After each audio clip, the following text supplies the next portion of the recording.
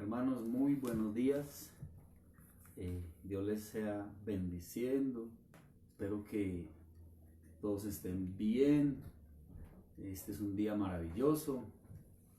Y bueno, sabemos que cada día que Dios nos regala es una oportunidad nueva para estar con Él, para meditar en Dios, una nueva oportunidad para glorificarle, para poder disfrutar de las cosas tan maravillosas que Dios siempre nos brinda, lo que Dios quiere hacer en nuestras vidas, que podamos cada día discernir los pensamientos de Dios y cómo Dios nos está guiando, cómo Dios nos está llevando a cada uno de nosotros.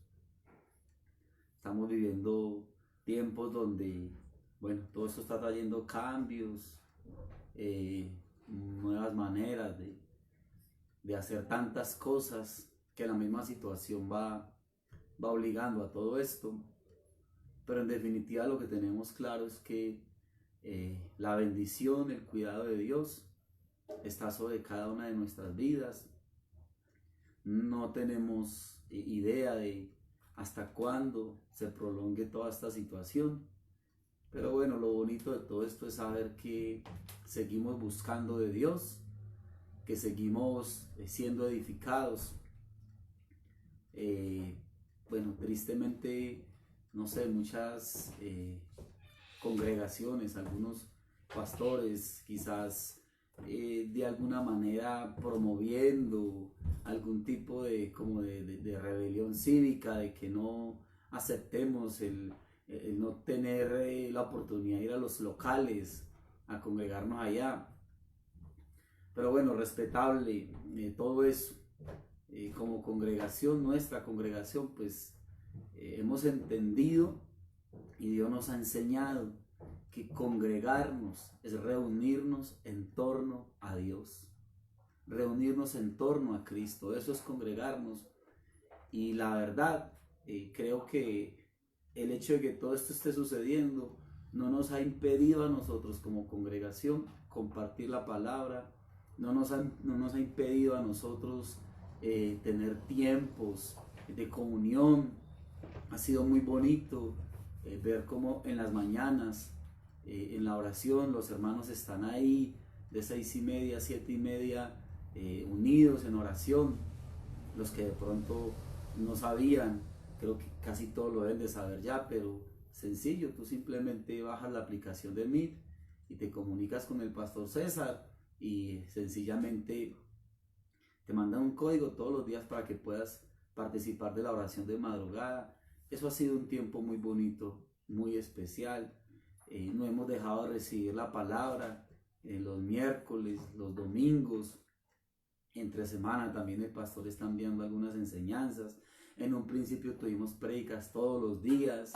Tenemos y hemos podido también el estudio de fundamentos. Estamos reuniéndonos entre 20 y 30 personas todos los lunes a las 7 de la noche. Entonces, esto no ha sido impedimento para seguirnos congregando, para seguir buscando de Dios.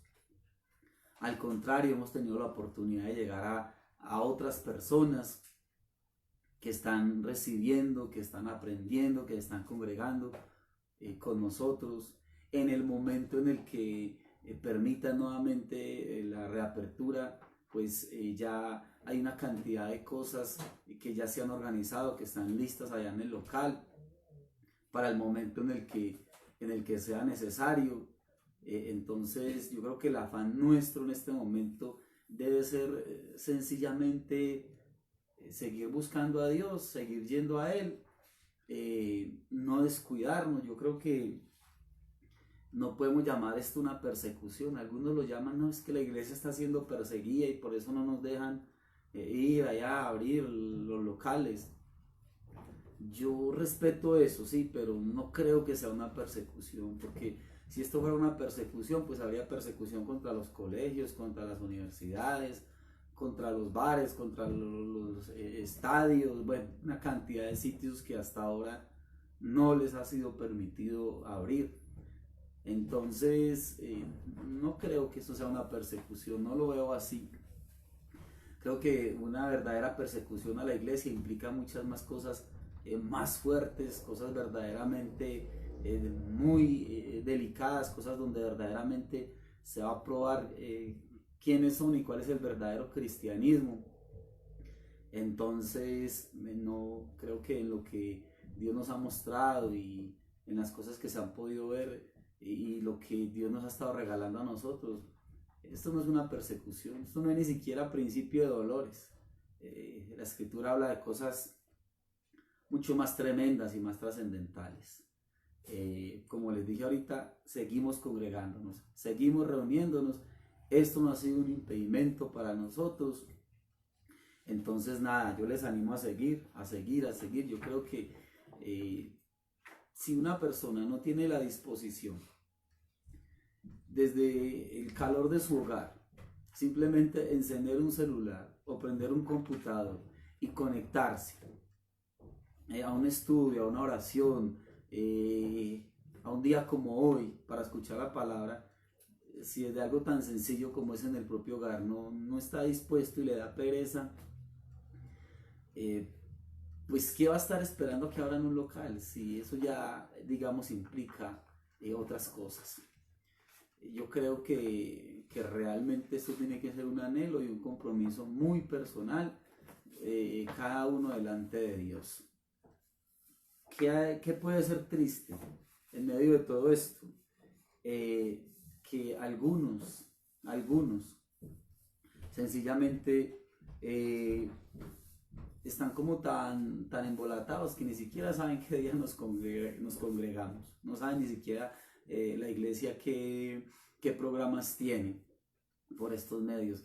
Eso sí es triste, ¿sí? ¿Qué puede ser triste también? Que muchos no saben cómo pastorear sus casas.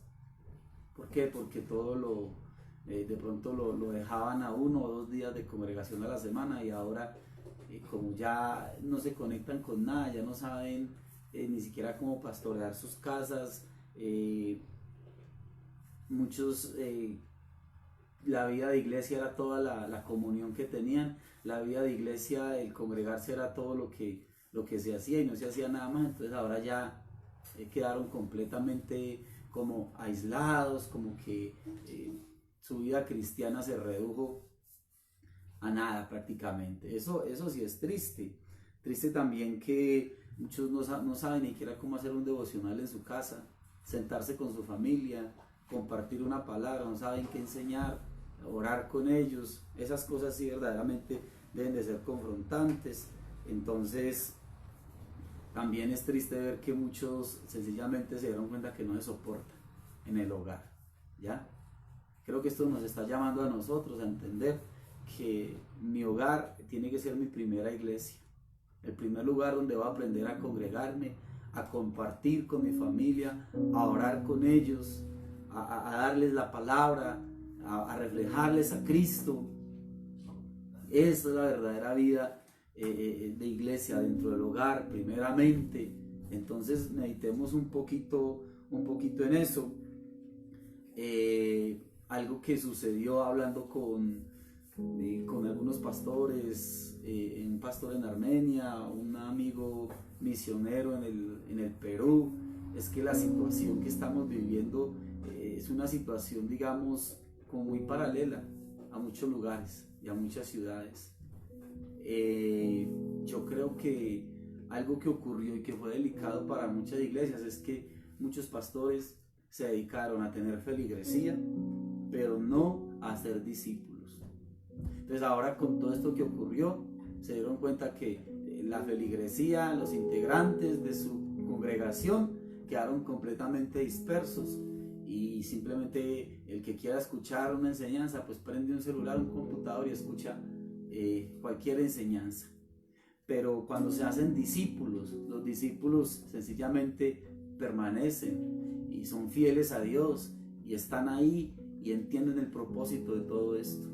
A mí me da alegría, delante del Señor lo digo, ver que Dios ha permitido que dentro de la congregación donde Él nos ha puesto se hayan levantado discípulos.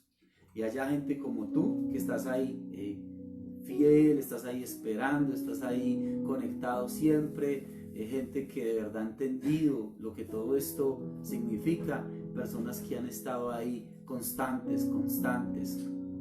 La iglesia no se ha dispersado, ¿sí? Seguimos unidos, nos llamamos, nos enviamos mensajes, sabemos cosas el uno del otro, seguimos ahí, entonces eso es maravilloso y eso es bonito, pero muchos pastores, su pueblo, su feligresía quedó completamente dispersa y es lo que los tiene a algunos de ellos tan preocupados, tan desesperados por reabrir nuevamente y volver allá a tener su gente, pero nosotros seguimos unidos. Dios nos ha dado algo muy bonito y es que en medio de todo esto y como Dios nos está dando las cosas, seguimos unidos como iglesia y eso se ha visto reflejado en las actividades que Dios nos permite tener por estos medios. Entonces me alegra mucho eso y les animo para que continúen en ese deseo, para que continúen entonces en esa constancia, primeramente delante de Dios, que es lo más importante. Quiero compartir entonces con ustedes una palabra en esta mañana y quiero que vayamos un momentico a Isaías en el capítulo 45 versículos 6 y 7. Isaías capítulo 45 versículos 6 y 7, busquémoslo ahí en las Biblias y lo vamos a estar leyendo.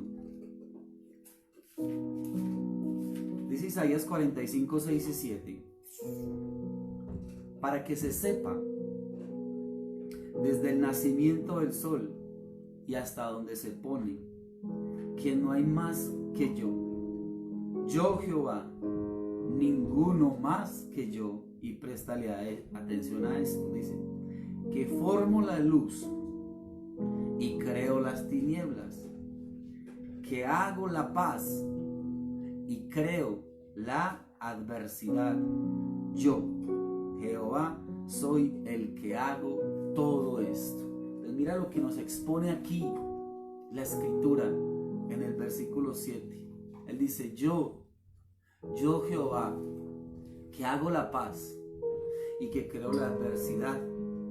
Entonces mira lo que Dios está diciendo acá, que Él crea la adversidad.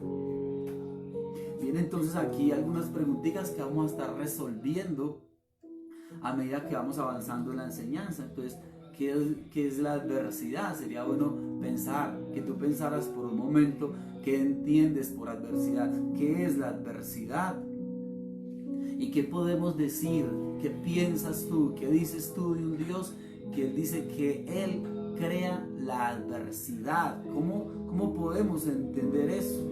Si la escritura no nos dice acaso pues que Él es Jehová Shalom, el Dios de paz, y aquí me está diciendo que yo Jehová, que creo la adversidad, que hago la paz y que creo la adversidad. Entonces, ¿o será que Él crea la adversidad para los que no le aman, los que no le siguen, pero para nosotros entonces Él crea la paz? Yo quiero que meditemos en esas cosas. Este es el versículo central, el que vamos a estar hoy mirando la palabra, a ver qué nos va a regalar el Señor hoy a nosotros. Vamos a orar. Dios, muchas gracias en esta mañana maravillosa. Gracias por lo que nos has dado, por la oportunidad de ser tu pueblo, tu iglesia. Gracias por permitirnos congregarnos, Dios, al entender que congregarnos es reunirnos en torno a ti, y es lo que estamos haciendo en este momento. Síguenos, Dios, sigue encendiendo en nosotros esa llama y ese fuego por ti, y que ninguna situación nos lleve al desánimo, ni mucho menos a apartarnos. Señor, gracias en esta mañana por la palabra que tienes para nosotros. Necesitamos entender, Señor, cómo es que tú creas la adversidad. Cómo es que tú, Señor, te glorificas en medio de la adversidad. Necesitamos entender esto, Dios, y poder saber a través de la luz del Espíritu Santo lo que tú nos quieres dejar ver a través de esto. El por qué y el para qué de las cosas maravillosas que tú haces en nosotros. Te damos la gloria, Dios. Y te pedimos que nos enseñes, que nos ilumines, que nos dejes ver, Señor, las verdades tuyas, para que nuestras vidas sean edificadas en ti. Muchas gracias, Señor, por cada personita que en este momento está ahí conectada, por cada espíritu que está ahí con ese anhelo y con ese deseo por ti. Enséñanos, Dios, enséñanos de ti, porque eres tú lo que realmente necesitamos. Gracias, Señor y Rey. Muchas gracias. Amén. Y amén. Entonces, miremos ahora algo. Y hacía una pregunta antes de la oración. Bueno, hice varias preguntas acerca de este asunto de la adversidad, de qué podemos pensar de un Dios que nos dice que Él crea la adversidad, la paz y la adversidad. ¿De qué sirve eso? ¿Cómo opera en nosotros? ¿O que si será que Él crea la adversidad para aquellos que no son sus hijos? Y para nosotros entonces sí, la paz. Pues bien, ahí leíamos en Isaías 45, versículos 6 y 7, y dice que Él hace ambas cosas. Ambas cosas las hace Dios. Ahora, si pensamos de pronto que la adversidad es solamente para aquellos que no son sus hijos, que no le aman, que no le buscan, pensemos entonces por un momento en algo. ¿Conoces algún hombre de Dios, algún hombre de la Escritura que no haya pasado por adversidades? Más bien la pregunta sería, ¿cuál hombre de Dios no ha pasado por adversidades? Yo creo que la Biblia nos muestra una gama tremenda de hombres en su palabra, pasando por una cantidad de situaciones tremendas. Yo quiero que miremos un momentico en Job en el capítulo 42, versículo 11. Job 42, 11. Nos va a dejar ver algo muy, muy especial ahí. Dice, y vinieron a él, esto fue ya una vez terminado todo ese episodio tan tremendo y todas esas cosas tan fuertes que vivió Job. Creo que ya casi todos hemos sabido acerca de esa historia de Job, pero aunque vivió cosas tan fuertes, cosas que fueron tan duras, tan tremendas en su vida, dice el versículo 11, y vinieron a él todos sus hermanos, todas sus hermanas y todos los que antes le habían conocido, y comieron pan con él en su casa, y se condolieron de él, presta la atención a esto, y le consolaron de todo aquel mal que Jehová había traído sobre él. Me impacta eso. Todo ese mal que Jehová había traído sobre él. No fue el diablo. Ahí nos está diciendo que fue Dios mismo el que trajo sobre Job pues toda esa adversidad. Entonces, ¿para qué la adversidad? ¿Y qué propósito tiene la adversidad? ¿Será que sí sirve de algo la adversidad en tu vida, en mi vida? Yo creo que si la Biblia nos deja ver a nosotros que hubo hombres de Dios, hijos suyos, sobre los cuales Dios trajo adversidad en sus vidas, entonces esto quiere decir entonces que la adversidad que viene, y quiero que le prestes atención a esto y que quede claro, la adversidad que viene de parte de Dios sobre nosotros es buena, es necesaria y es perfecta, porque todo lo que Dios hace es perfecto, porque Dios es un Dios de propósitos. Entonces, si la adversidad que estoy viviendo viene de parte de Dios, es buena y es perfecta. Es cierto que muchos hombres de Dios y aún nosotros mismos, cuando hablo de hombres de Dios, estoy hablando de aquellos hombres que nos deja ver la escritura, de los que tú y yo hemos leído.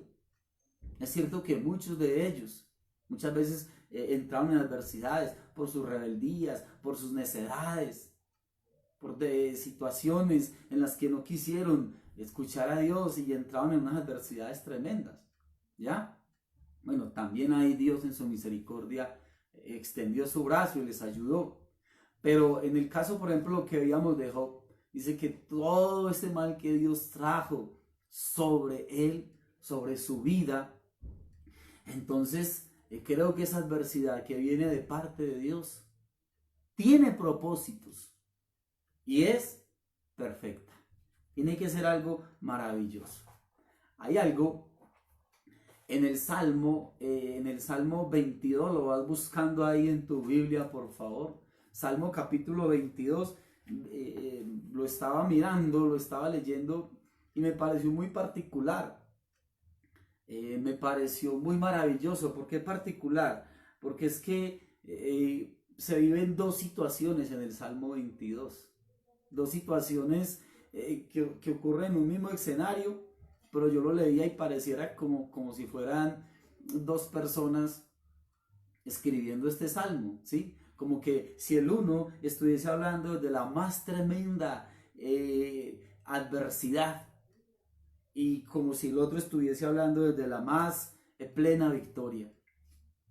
Leía este salmo y me parecía algo muy, muy bonito y poder ver esos dos paralelos ahí tan tremendos. Vuelvo y te repito, pareciera que fueran dos personas, uno hablando desde la adversidad más profunda, más dura, más tremenda, más confrontante en su vida, y como si otro estuviera hablando desde una victoria plena, suficiente, total en su vida. Quiero que vayamos al Salmo 22 y podamos allí mirar algo bien bonito que Dios nos quiere enseñar y nos quiere regalar en esta mañana. Entonces, es necesario que tengas tu Biblia en tu mano, ¿sí? Vamos a leer todo el Salmo 22 y quiero que puedas como resaltar, como subrayar allí cosas que van a ser importantes para entender tantas cosas que Dios nos quiere regalar hoy a través de este pasaje inicial. Los que de pronto apenas se están conectando, no sé, estamos leyendo en Isaías, en el capítulo 45, versículos 6 y 7, donde Dios nos está diciendo que Él es el que crea la paz, que Él es el que hace la adversidad. Y vamos a leer entonces en el Salmo 22. Miremos el versículo 1 y 2.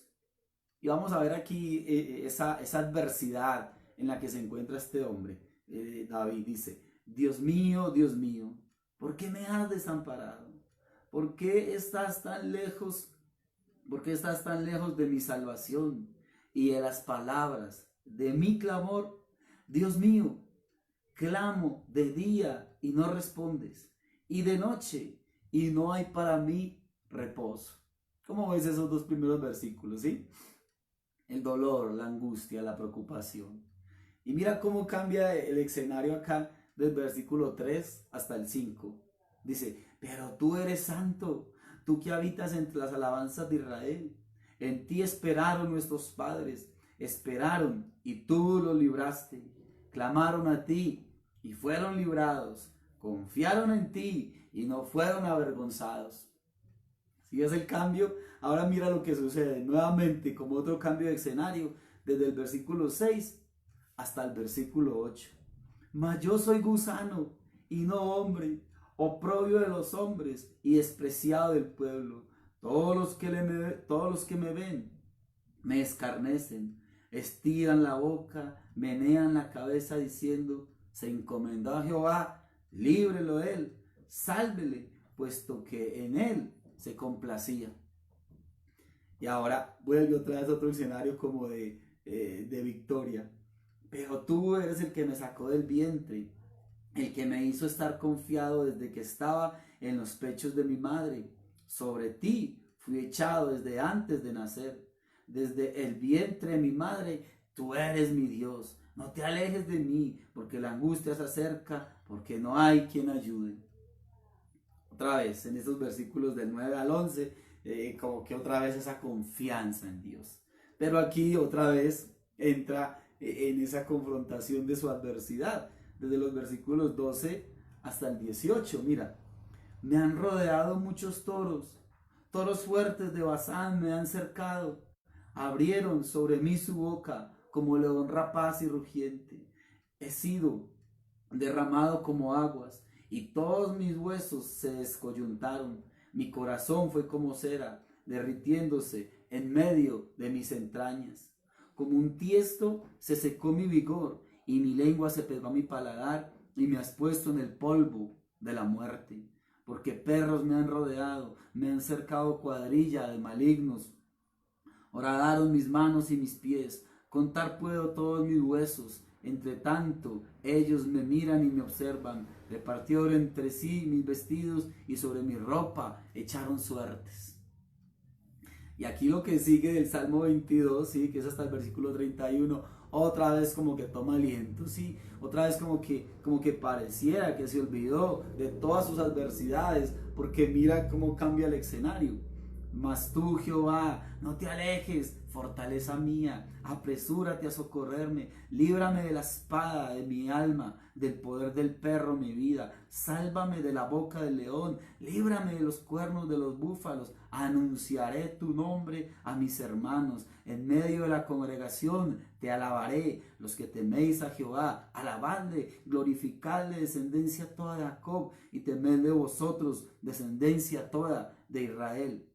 Porque no menospreció, ni abominó la aflicción del afligido, ni de él escondió su rostro, sino que cuando clamó a él, le oyó. De ti será mi alabanza en la gran congregación. Mis votos pagaré delante de los que le temen. Comerán los humildes y serán saciados. Alabarán a Jehová los que le buscan. Vivirá vuestro corazón para siempre. Se acordarán y volverán a Jehová todos los confines de la tierra, y todas las familias de las naciones adorarán delante de ti, porque de Jehová es el reino y él regirá las naciones. Comerán y adorarán todos los poderosos de la tierra, se postrarán delante de él todos los que descienden al polvo, aun el que no pueda conservar la vida de su propia alma. La posteridad le servirá. Esto será contado de Jehová hasta la postrera generación. Vendrán y anunciarán su justicia a pueblo no nacido aún. Anunciarán que él hizo todo esto. Entonces sí es como ese cambio tan tremendo entre unos versículos y los otros. Pues bueno, algo ahí que debiéramos notar, y es que definitivamente, si tú y yo no aprendemos que en medio de la adversidad yo no puedo dejar de alabarle, en medio de la adversidad no debemos dejar de reconocerlo a él, de reconocer su grandeza. No podemos dejar de reconocer el poderío, la fidelidad de nuestro Dios. Si no somos capaces en medio de la adversidad de glorificarle a él, quiere decir entonces que yo no he conocido quién es mi Dios. No le he conocido a él. Ahora, mira que en el Salmo 22, que fue el salmo que nosotros acabamos de leer, sucede algo bien tremendo. Y es que en este salmo David no está evadiendo jamás la realidad que él está viviendo. Él no la está evadiendo. Mira que en este salmo, esa realidad, esa condición, lo que él está viviendo, lo que él está sintiendo, él lo expresa. Expresa la tristeza, expresa dolor, y expresa también que se siente solo, expresa ese desespero, esa angustia. Él no evade la realidad. Y es que evadir la realidad no es bueno. Una persona que se evade de la realidad es una persona esquizofrénica. Eso es un esquizofrénico, el que evade la realidad que está viviendo en su vida. Pero eso no sucede. en este Salmo 22. Él expresa lo que está sintiendo.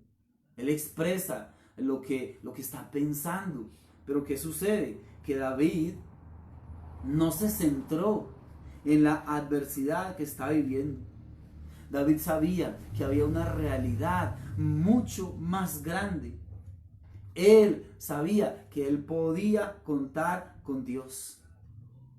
Y se acerca a él no solamente para pedirle que le ayude en medio de la adversidad. No solamente le pide que le ayude, porque pues por su espíritu David podía entender que él no estaba solo. David podía entender que Dios no lo había abandonado, que Dios estaba con él. Mira lo que dice el versículo 24. Dice algo bien bonito ahí, Salmo 22. Y mira lo que dice, perdón acá. No me va de su realidad, versículo 24, 22, 24. Dice, porque no menospreció, mira, no menospreció, ni abominó la aflicción del afligido, ni de él escondió su rostro, sino que cuando clamó a él, le oyó. Hay una realidad muy grande que David está viviendo en medio de todo esto. Y es que él entiende y sabe que Dios no lo ha abandonado. Así esté pasando, lo que esté pasando, sabe que Dios está ahí con él. Entonces, vuelvo y te repito, no solamente él ora pidiendo la ayuda de Dios, porque no está mal que en medio de la adversidad, como que abramos el corazón. Al fin y al cabo, ¿quién puede conocer el corazón del hombre? Solo Dios sabe lo que estamos sintiendo. Entonces, el hecho de que yo no exprese delante de Él muchas cosas, no quiere decir que Él no las sepa. Puedo ir delante de Él, ¿sí? Y decirle lo que estoy sintiendo. ¿Por qué te digo esto? Porque es que muchas veces se nos enseñó, quizás tiempo atrás se nos enseñó, no, que vayamos a Él y que sencillamente le demos gracias y que no le pidamos nada. Pues bueno, ¿qué de malo tiene? No solamente darle gracias, sí, por lo que esté sucediendo, pero también pedirle a Él que me ayude, pedirle a Él que me fortalezca, abrir delante de Él mi corazón y decirle la tristeza que hay en mí, el dolor, la angustia. Al fin y al cabo, muchas veces cometemos el error de expresárselo a otras personas. Alguien que no puede hacer nada por mí y voy y me quejo, le expreso el dolor, la rabia, la frustración. ¿Para qué? ¿Qué puede hacer otra persona? No puede hacer nada, ¿ya? Más bien abramos el corazón delante de Dios, ¿sí? Y si puedo darle gracias, ¿por qué también no pedirle que me ayude y abrir mi corazón delante de Él? Eso es lo que estamos viendo ahí en el Salmo 22. Solo que David no se centró en esa adversidad. No va de su realidad, ¿sí? Pero no deja de realmente centrarse en realmente saber que Dios estaba ahí con él, que Dios era el que lo estaba ayudando. Entonces, otra cosa muy tremenda y es que se nos enseñó en algún tiempo que a Dios no se le pregunta ¿por qué?, sino ¿para qué? Error. Yo creo que Dios nos quiere enseñar y nos quiere decir no solamente los para qué, sino también los por qué. Entonces, a veces pensamos que yo le pregunto a Dios por qué, entonces Dios se va a enojar, Dios me va a castigar, Dios no me va a escuchar. Entonces, si le pregunto que por qué, entonces Él se va a enojar tanto que antes como que me va a castigar más. Eso es tener un concepto de Dios muy triste, un concepto de Dios, de un Dios o de un Padre como que hace las cosas y si yo le pregunto por qué, entonces más mal me va a ir. No, la Biblia está llena también de los por qué de Dios. Mira, tú vas a la escritura y tú ves allá en Hebreos en el capítulo 11, en el versículo 6, cuando habla de la fe, dice, pero sin fe es imposible agradar a Dios. ¿Por qué? Ahí dice, ¿por qué? Dice, porque es necesario que el que se acerca a Dios crea que le hay y que Él es galardonador de los que le buscan. Entonces, si es que Él sí nos da los por qué. Aún Jesús en la cruz exclamó: Padre mío, ¿por qué me has desamparado? ¿Sí es? Entonces, el asunto no es qué le digo a Dios, sino cómo se lo estoy diciendo. La manera como expreso delante de Dios. Eso es realmente lo importante. Pero entonces no temamos de preguntarle a Dios los por qué y los para qué. Porque Dios nos los quiere hablar y Dios nos los quiere enseñar a nosotros en medio de las adversidades que nosotros estemos viviendo.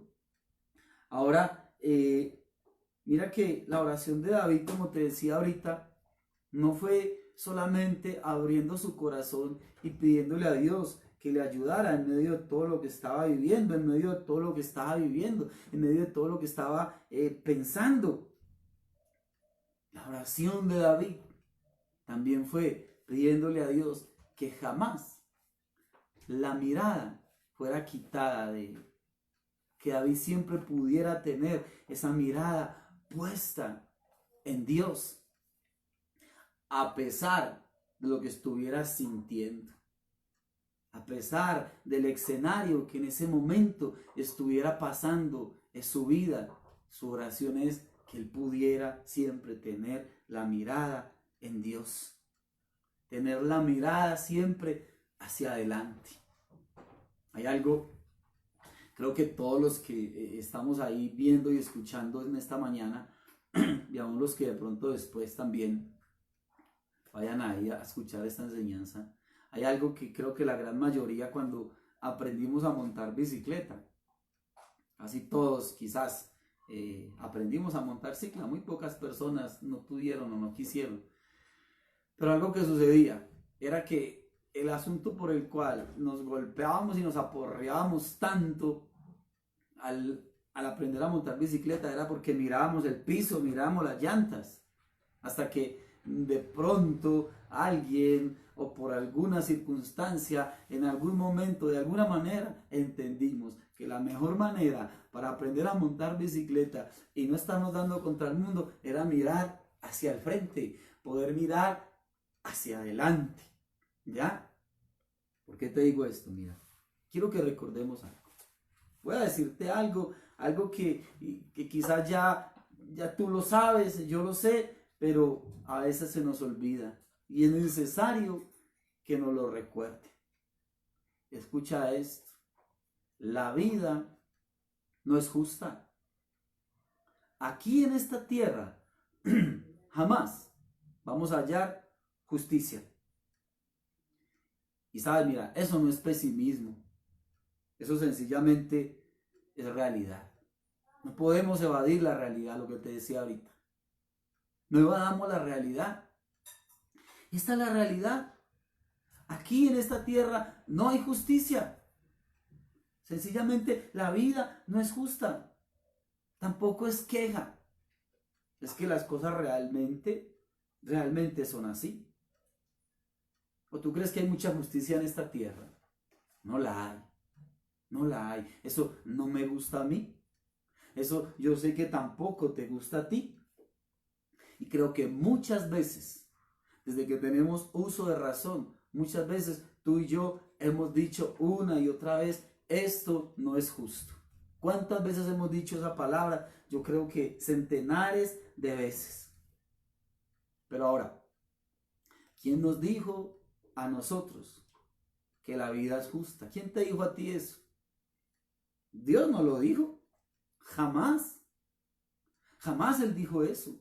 Al contrario, Él dijo que en este mundo íbamos a tener aflicciones, que en este mundo íbamos a tener adversidades, en este mundo íbamos a tener una cantidad de problemas y de situaciones tremendas, pero dijo: confíen en mí. Eso dijo el Señor. Por allá también en Eclesiastés, en el capítulo 3, Dios también habla en su palabra y Él nos dice que aquí, en esta tierra, vamos a tener tiempos donde vamos a llorar. Creo que todos hemos llorado. Creo que todos hemos entrado en angustias. Vamos a llorar. Y yo creo que las situaciones que nos llevan a llorar son situaciones extremadamente tremendas, confrontantes, dolorosas en nuestras vidas. Dijo que va a haber tiempo de llorar, que vamos a tener tiempos de luto. O sea, tristemente vamos a tener tiempos, momentos donde vamos a tener que sufrir la adversidad de ver morir a personas que nosotros amamos y queremos. ¿Qué padre quiere ver morir a un hijo? ¿O qué hijo quiere ver morir a su papá o a su mamá? O a alguien muy cercano, muy querido, a un amigo. Yo creo que nadie, pero Dios está diciendo, eso lo van a vivir ustedes aquí en la tierra. Esa adversidad la van a tener que enfrentar. Vamos a tener tiempos donde vamos a ver qué cosas se destruyen también. Se destruyen relaciones, se destruyen amistades, se destruyen hogares, se destruyen empresas, negocios, una cantidad de cosas adversas que no quisiéramos que se destruyeran, pero las vamos a tener que vivir, vamos a pasar, y ya quizás tú has pasado también por esos momentos de destrucción, y muchas personas hoy lo están viviendo y lo están sintiendo en carne propia. Tiempo de destruir, dice la escritura en Eclesiastés 3. También dice que vamos a vivir tiempos donde no vamos a recibir el abrazo de nadie, donde vamos a estar como solos, nos vamos a sentir como desamparados por todos. Hasta muchas veces ha pasado que hasta sentimos que hasta Dios nos ha desamparado. Eso decía el salmista también ahí. Dios mío, ¿por qué me has desamparado? ¿Por qué estás tan lejos de mí? Van a venir esos momentos, tiempos de abstenerse, de abrazar, y lo vamos a tener que vivir. Tiempos de perder. ¿A quién le gusta perder? A nadie. Pero eso también son adversidades que las tenemos que vivir. Tiempos donde vemos que se rompen, que se dañan cosas. Tiempos también donde vamos a sentirnos aborrecidos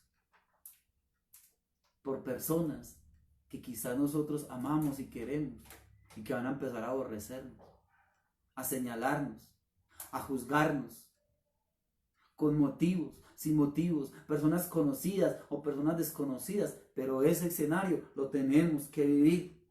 También dice que vamos a vivir tiempos de guerra, luchas fuertes, confrontaciones fuertes, adversidades fuertes. ¿A quién le gusta eso? A nadie. Y en todas las guerras hay muertos, hay heridos, hay ganadores, hay vencedores. Pero dice, vas a vivir tiempos de guerra. ¿Ya? Eso es una realidad tremenda. Y algo bien tremendo es que Dios dice ahí en Eclesiastés también, dice, todo lo hizo hermoso en su tiempo. Eso dice Eclesiastés 3:11. O sea, vivir tiempos de estos, de pérdida, de luto, de dolor, de que vamos a ser aborrecidos, de perder, tiempos de destrucción. Y Él dice, todo lo hizo hermoso en su tiempo.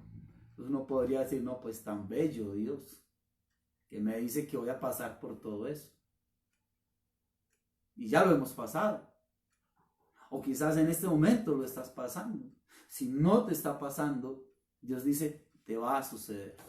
Te lo aseguro, lo que Dios está diciendo. Te lo aseguro. Entonces, si tú que eres una personita que apenas te estás conectando hoy por primera vez, estás escuchando o llevas unas pocas enseñanzas y estás comenzando en este caminar, yo quiero decirte una verdad muy grande, una verdad muy tremenda, ¿sí? Y es que Dios quiere que tú sepas que es necesario que Él nos pase por adversidades y por sufrimientos. Si te dijeron que el evangelio era solamente un camino de rosas, donde nada va a pasar, donde no va a haber circunstancias difíciles, donde no vas a tener que vivir momentos dolorosos, te mintieron, porque sí los vas a pasar. Los hemos pasado, pero viene algo también muy hermoso juntamente con todo esto. Dice, y lo hace Dios, Eclesiastés 3:11, y lo hace Dios, toda esta adversidad, para que delante de Él teman los hombres. Y en el versículo 15 dice, y Dios restaura lo que pasó. Qué bonito es y qué maravilloso. Entonces, las adversidades son parte de la vida. Las traiciones, toda esa cantidad de momentos por los que no quisiéramos créeme, son parte de la vida. No busques justicia aquí. No la vas a encontrar. ¿Qué es lo que tenemos que hacer? Mirar hacia adelante. Eso es lo que a muchos no se les ha enseñado. Y ese mirar hacia adelante quiere decir puestos los ojos en Jesús. Mirar hacia adelante, no al piso. Como cuando aprendíamos a montar bicicleta. ¿Sí?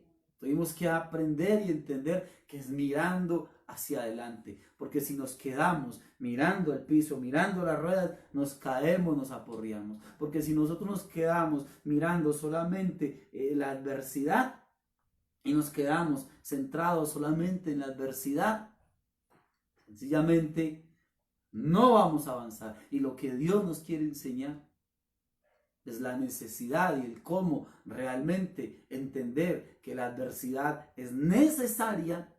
Y Él nos quiere enseñar a que le miremos a Él en medio de la adversidad. Que no nos quedemos centrados únicamente pensando, llorando y lamentándonos por lo que estamos viviendo. Recuerde que la oración de David no era solamente una oración abriendo su corazón, expresando lo que sentía y pidiendo ayuda, sino que también era una oración donde él estaba pidiendo a Dios que jamás su mirada se apartara de él, que en medio de la adversidad él pudiera alabarle y reconocerle y ver la grandeza, esa grandeza tan maravillosa, esa grandeza tan preciosa, esa grandeza tan única en el corazón de Dios.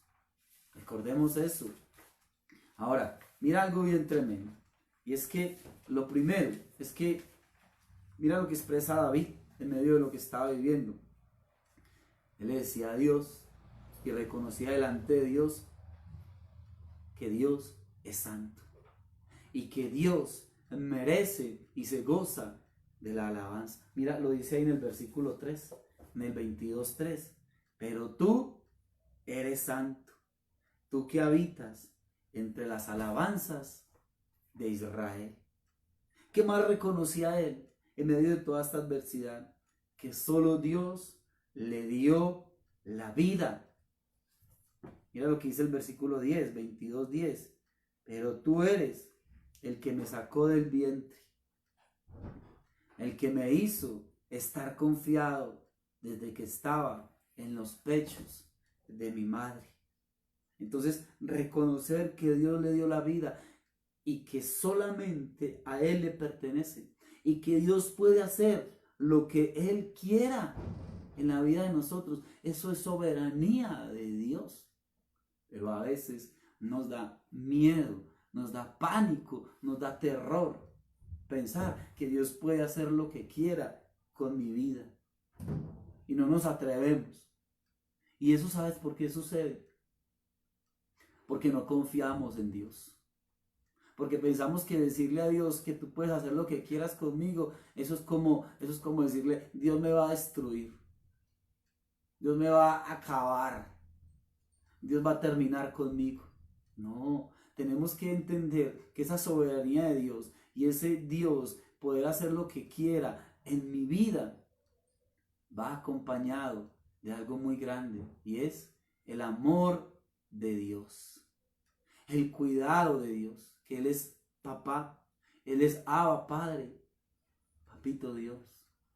La Escritura dice que si nosotros siendo malos sabemos a nuestros hijos, ¿cómo nos dará Dios el Espíritu si se lo pedimos?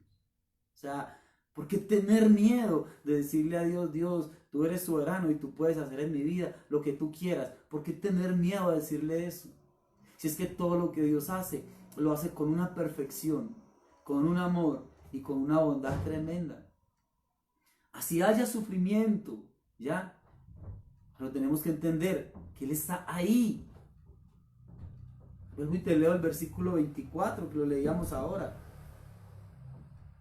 Porque no menospreció ni abominó la aflicción del afligido, ni de él escondió su rostro, sino que cuando clamó a él, oyó. Eso es algo que debe quedar grabado en nuestra mente y en nuestro corazón. Él puede hacer lo que quiera en mi vida y Él lo va a hacer con gran bondad. Y Él va a tener cuidado de nosotros, de lo que Él haga. Algo también que Él reconocía es que Jehová era su único Dios. El único y suficiente Dios. Eso lo dice en el versículo 10. Ahí terminando el versículo 10. En la segunda parte dice: desde el vientre de mi madre, tú eres mi Dios.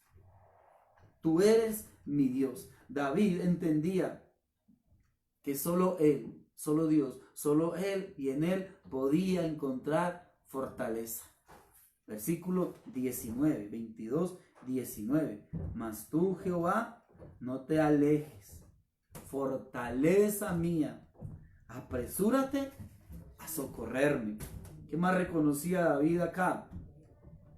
Que no podía estar, que no por estar pasando por adversidad, debía dejar de proclamar a Dios, de anunciar a Dios, de dar a conocer a Dios. Versículo 22 dice: anunciaré tu nombre a mis hermanos, en medio de la congregación te alabaré. Entonces, qué bonito esto, ¿sí? Y obviamente, mira lo que dice el versículo 23, el asunto de glorificarle. Los que teméis a Jehová, alabadle, glorificadle, descendencia toda de Jacob. Entonces, como un hombre, en este escenario que estábamos viendo, ¿sí? Del 22, del Salmo 22. Ese escenario donde por un lado la adversidad, el dolor, el sufrimiento, la tristeza, la angustia, la preocupación, todo eso, ¿ya? Como en medio de todo eso no se centra en eso, sino que glorifica, bendice, exalta, reconoce, anuncia, habla y tantas cosas maravillosas de ese Dios que lo está pasando por adversidad. Yo, Jehová, que hago la paz y creo la adversidad. Qué cosa tan maravillosa, qué cosa tan bonita. Entonces, recordemos algo que estábamos hablando al inicio. ¿Qué podemos nosotros decir de un Dios que crea la adversidad? ¿Para qué la adversidad, hermanos? ¿Para qué la adversidad? Si tiene algún propósito la adversidad. Si sirve de algo, que Dios mismo traiga adversidad a nuestras vidas, pues tiene que servir de mucho. ¿Sabes por qué? Porque la adversidad forma mi carácter. Porque la adversidad me deja ver realmente quién soy. Es que, hermano, mira, no puede ser que yo, ¿sí? como cristiano, como hijo de Dios, ¿sí? Que declaro esa santidad de Dios, que alabo el nombre de Dios, que reconozco que solo Él me dio la vida, que Él es mi único Señor, que Él es mi fortaleza, que le proclamo a Él. Cuando no hay adversidad, ¿sí? Hago todas estas cosas. No puede ser, hermano, que una vez venía la adversidad, entonces ya no hay alabanza a Dios. Ya no reconozco esa santidad de Dios. Ya no lo veo como mi único Dios, como mi fortaleza. Es que, hermano, mira, es en la adversidad. Y esto tiene que quedar completamente claro. Es solamente en la adversidad donde tú y yo experimentamos la fidelidad de Dios. O sea, ¿cómo llegar a entender que Dios es proveedor? La única manera de entender que Dios es mi proveedor es cuando no tengo nada. Entonces tengo que pasar por esa adversidad de ver que no hay para ver que Él es proveedor. ¿Cómo entender que Él es mi sanador? Pues tengo que pasar por esa adversidad de estar enfermo, de sentir el dolor en mi cuerpo, la angustia de estar enfermo, de sentir que quizás la vida se me va a ir. ¿Cuántos no han experimentado que en medio de su enfermedad quizás piensan que ya, que eso es lo último y que se van a morir? Y han vivido situaciones tremendas. Hay personitas dentro de nuestra congregación. Obviamente en todo el cuerpo de Cristo, en toda la iglesia, pero en la congregación donde tú y yo estamos, hay personitas que han vivido momentos que han sentido que ya se han muerto, que es el último día de sus vidas. ¿Y cómo han podido experimentar que Dios es la paz, que Dios es la fortaleza, que Dios es su sanador? Pues solamente pasando por esa adversidad. Es la adversidad la que forma en nosotros el carácter. Y es necesario experimentar eso, porque es ahí donde podemos ver la realidad de nuestro Dios. ¿Cómo saber que Dios es el que me saca a mí de las angustias si no paso por ninguna angustia? Entonces necesito, por favor, que quede claro, necesito pasar por la angustia para poder experimentarlo a Él y ver que Él es el que me saca de la angustia, de la necesidad, del dolor, de la tristeza, de la escasez, de la enfermedad, del peligro, de tantas cosas, solamente andando por ese camino, andando por el valle de sombra de muerte. Dice, no temeré mal alguno, porque tú estarás conmigo. ¿Necesitamos pasar por ahí? Obvio que sí. ¿Necesarias las adversidades? Totalmente necesarias. ¿Por qué?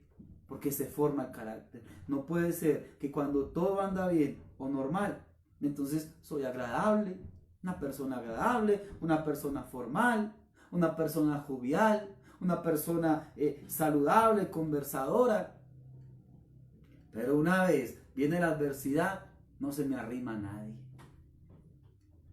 Gruñón, grosero, no le pasa el teléfono a nadie, no quiere conversar con nadie, porque está pasando por adversidades. Esto deja ver claramente que no se ha formado un carácter en la persona. No se ha formado el carácter en ti y en mí. ¿Y qué es el carácter? Pues son esos rasgos, son como esas cualidades que indican cuál es tu verdadera naturaleza, cuál es tu manera propia de pensar o de actuar, generalmente, frente a las situaciones. Entonces, ese carácter simplemente se mantiene y se equilibra, ¿ya? Y suceda lo que suceda, pase lo que pase, entonces tú eres una persona equilibrada. Eso es formar carácter. Porque cuando se presentan esos desequilibrios tan tremendos, ¿sí? Donde definitivamente todo marcha y sencillamente no hay problema, pero solo si no hay adversidad. Y cuando viene la adversidad, entonces tu carácter cambia, tu manera de ser cambia. Te conviertes en otro ser humano, como que te desconocen las personas que te conocen. Te desconocen por completo cuando vienen las adversidades, porque dejas de ser la persona saludadora, alegre, Dios le bendiga, el abrazo, el saludo, la llamadita, la sonrisa, el chiste, y después te desconocen por completo. Eso revela y muestra claramente que necesitamos que se forme carácter en nuestras vidas. A través de la adversidad, Dios nos lleva a ese equilibrio constante y permanente que tiene que estar en nuestras vidas. Porque es ilógico, hermano, completamente ilógico pensar que yo puedo llegar a ser espiritualmente equilibrado, pero emocionalmente un desastre. No es lógico. Te lo voy a repetir. No puedes decir que tú eres espiritualmente equilibrado y emocionalmente un desastre. No puede ser así, no puede ser así. Buen compañero, buen amigo, buen esposo, buen papá, buen hijo, buena hija. Pero cuando viene la adversidad, en la casa no quieren saber nada de usted. Porque grita, porque maltrata, porque insulta, porque no quiere hablar o porque se deprime. Entonces ya le contesta a su mamá, le contesta a su papá, maltrata a su esposa, maltrata a su esposo, a sus hermanos, a sus compañeros de trabajo, a sus amigos. Cambió por completo. No puede ser que seas espiritualmente equilibrado. Amén, amén y gloria a Dios. Y muy bonito el hermano y aleluya todo. pero emocionalmente un desastre. No funciona así. No es así delante de Dios. Te voy a leer unas citas bíblicas para concluir con esto hoy. Romanos 5 del 3 al 4, muy conocido este pasaje de la escritura de Romanos. Romanos 5, versículos 3 y versículo 4. Mira, y no solo esto, sino que también nos gloriamos en las tribulaciones, en las adversidades, ¿sí? Sabiendo que la tribulación produce paciencia, ¿sí? ¿Cuánto le han pedido paciencia a Dios? Bueno, y le estás pidiendo paciencia a Dios, le estás pidiendo tribulaciones, porque aquí lo está diciendo, ¿ya? Nos gloriamos en las tribulaciones, sabiendo que las tribulaciones producen paciencia, y la paciencia prueba, estás pidiendo paciencia, estás pidiendo tribulaciones, estás pidiendo pruebas, ¿sí? Y la prueba, esperanza, ¿ya? Impacientes, Señor, dame paciencia, pero dámela ya, Señor. No es así. Si estamos pidiendo paciencia, ya, lo acabamos de leer. Pero eso produce esperanza. Pero es necesario las tribulaciones, las pruebas. Segunda de Corintios 4, del 7 al 11.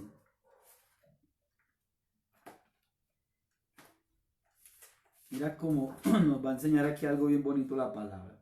Segunda de Corintios 4, del 7 al 11. Y también ahorita saltamos ahí mismo en Segunda de Corintios, pero 6, del 4 al 10. Leamos primero Segunda de Corintios 4, del 7 al 11, y préstele mucha atención. Pero tenemos este tesoro en vasos de barro, para que la excelencia, mas no angustiados, en apuros, mas no desesperados. Mira que es que nos muestra dos escenarios como nos lo mostraba el capítulo 22, una realidad que es la realidad de la que Dios quiere que nosotros nos llenemos, ¿ya? Pueden estar pasando adversidades a nuestro alrededor, pero la realidad nuestra es la que viene de parte de Dios. Entonces está diciendo ahí, versículo 8, que estamos atribulados, mas no angustiados, apurados, mas no desesperados, perseguidos, mas no desamparados, derribados, pero no destruidos, llevando en el cuerpo siempre por todas partes la muerte de Jesús, para que también la vida de Jesús se manifieste en nuestros cuerpos, porque nosotros que vivimos siempre estamos entregados a muerte por causa de Jesús, para que también la vida de Jesús se manifieste en nuestra carne mortal. Salte entonces ahí al 6, 2 Corintios 6, 4, es como un complemento. Antes bien, nos recordamos en todo como ministros de Dios en mucha paciencia, en tribulaciones, en necesidades, en angustias, en azotes, en cárceles, en tumultos, en trabajos, en desvelos, en ayunos. Mira, está hablando aquí de qué?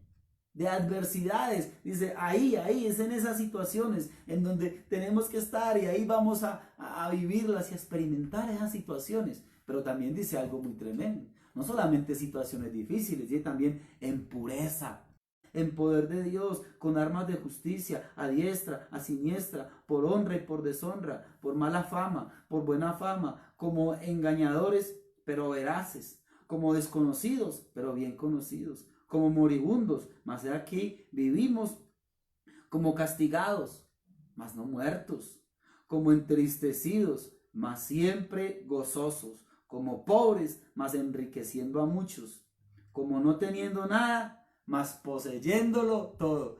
Qué tremendo eso, qué bonito.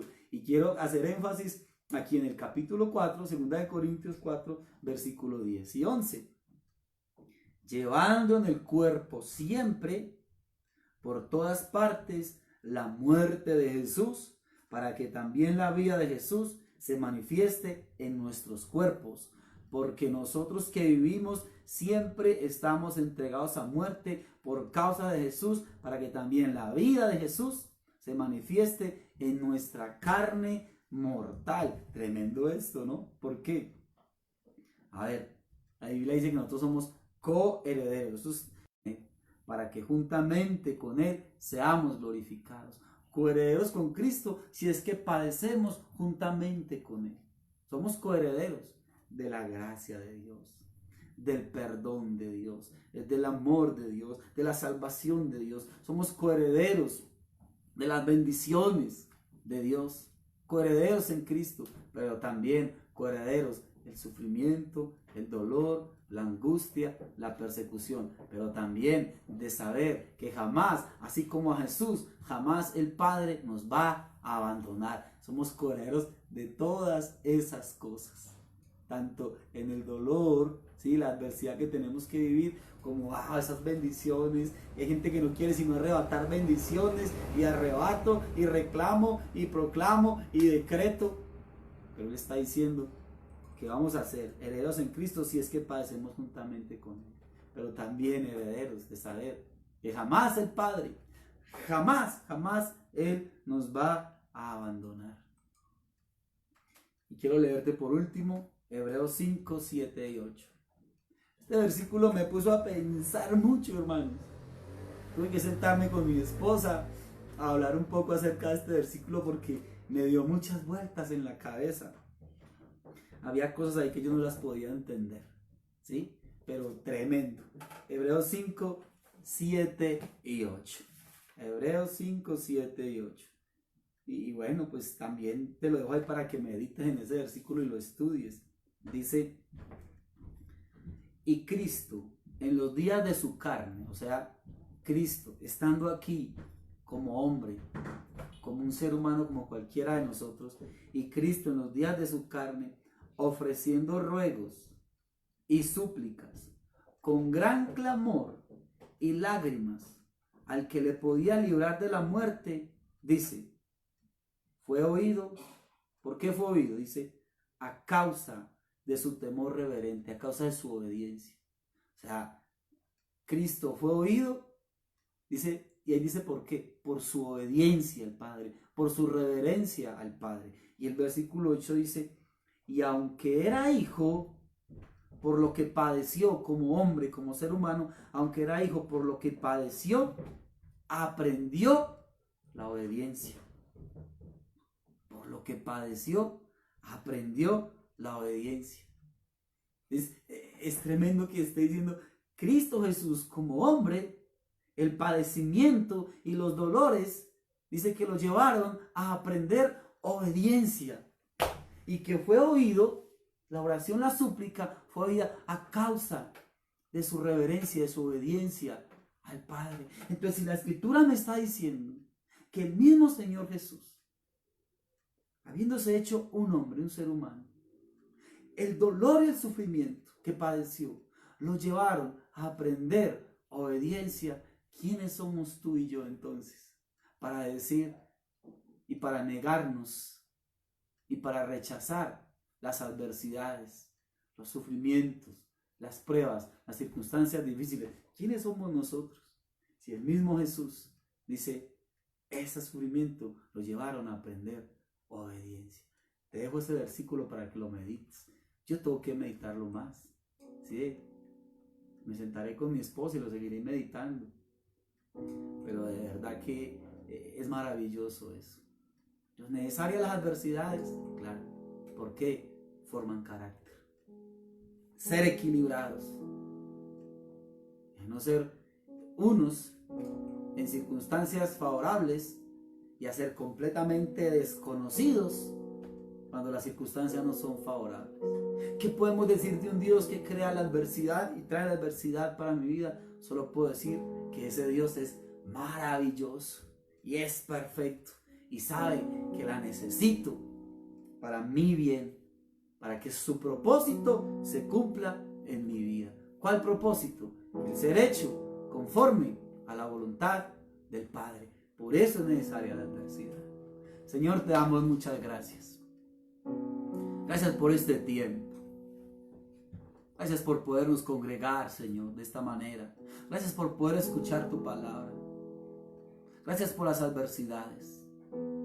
Gracias, Señor, porque tantas veces yo no he entendido y no he querido muchas veces aceptar y reconocer y ver en las adversidades la mano tuya, la ayuda tuya, el obrar tuyo, Señor. ese Dios maravilloso que es alfarero.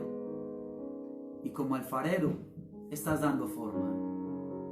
Estás haciendo de mí una vasija para la honra tuya. Porque el propósito, todas estas adversidades, ¿cuál es el propósito? Tu propósito, Señor. Lo que tú quieres hacer. Ese es el propósito. El propósito es tu propósito. Lo que tienes para mi vida. ¿Qué puedo decir de ti que creas la adversidad? Solamente puedo decir, eres maravilloso y perfecto y sabes lo que necesito. Porque necesito la adversidad para que mi carácter sea formado. Y así como lo hacía David el salmista, poder glorificarte, adorarte, reconocerte en medio del dolor, el sufrimiento, la tristeza y la angustia, poder abrir delante de ti el corazón y decirte si estoy triste, acongojado, si tengo rabia, si estoy abatido, si estoy cansado, a veces no quiero ni seguir, poder abrir el corazón y decírtelo a ti, a nadie más. ¿Para qué publicarlo en las redes sociales? ¿Para qué publicárselos a mis amigos? ¿Para qué publicarlo a una cantidad de gente que no puede hacer nada? Venir delante de ti. Pero no centrarme en esa adversidad, sino puesto los ojos en ti, mirando hacia adelante, sabiendo que tú estás conmigo y que no me has abandonado y que me seguirás ayudando siempre y seguirás formando mi vida. Muchas gracias, Señor, en el nombre de Jesús. Amén.